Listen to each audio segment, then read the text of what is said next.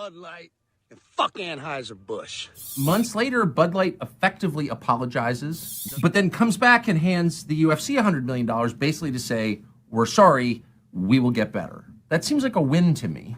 I think it could be. I think they got some work still to get, some of that base that they lost. At the end of the day, when you step back and look at it, like, yeah, they deserved a black eye and they got one. They made a mistake. Yes, it was a mistake. So do I want to hold their head underwater and drown them because they made a mistake? No, I think they got the message. Like, hopefully other companies get it too. But, at the end of the day, I don't think the punishment that they've been getting at this point fits the crime. How do we know they got the message? Where was the apology? Why didn't the CEO come on this show or any other and say, I hear you, I'm sorry, I get it. I realize I promoted somebody who's extremely offensive to most Americans, never mind most women, and that my head of marketing, who I quietly dismissed without even owning that it was because of this, I didn't have the balls to do that, that she left after she called our audience fratty and said she wanted to exchange them for someone more acceptable to her. That was deeply wrong. We made a public example of her. I now admit that's why she was fired. It was deeply wrong. We love our audience base. She screwed up. She's what we want to distance from, not you. It's not that hard, sir. He doesn't do it because he's afraid, because the trans activists, you follow this story closely, they got all up in Anheuser-Busch's grill and Bud Lights saying, you better not do that.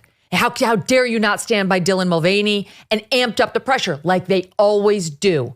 So he bent the knee and wouldn't say to his customer base and those of us around it, I'm sorry, I do not stand with them. Those are not my values. I have to pick a lane, and I am against their lane where you're cutting off children's body parts and sterilizing 12-year-olds. That's not my lane. Where you steal the term women, where you get rid of breastfeeding for chest feeding, where you try to wear tuck-it bathing suits like Dylan does. That's not us. I get it. I've heard you. And until I hear that, they can pound sand. And I love Bobby Kid Rock. He's a great guy. But no, he doesn't understand.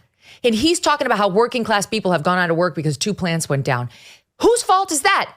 It's the CEO of Anheuser. It's the CEO of Bud Light. Those are the ones who are, not us.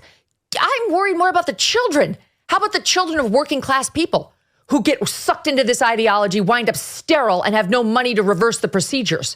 That's the ideology that Bud Light is promoting. So I worry about them too, but in a different way. Those working class guys who worked at Bud Light will get another job, but their children won't get their fertility back. They won't get their body parts back. The women who lost the sporting races because these trans activists took over, thanks to Dylan and the Bud Light promotion of people like that, aren't going to get their medals back.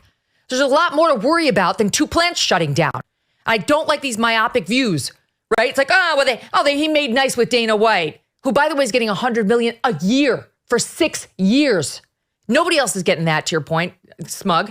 So it just, to me, it's so infuriating. Conservatives win nothing. They win nothing. Yeah. They bitch about the culture wars. They finally have a win. Now these 2 guys want to give it back. For what? For $600 million. Are we sure we can't run, Megan? Yeah. Are you, the speech right there. Thought about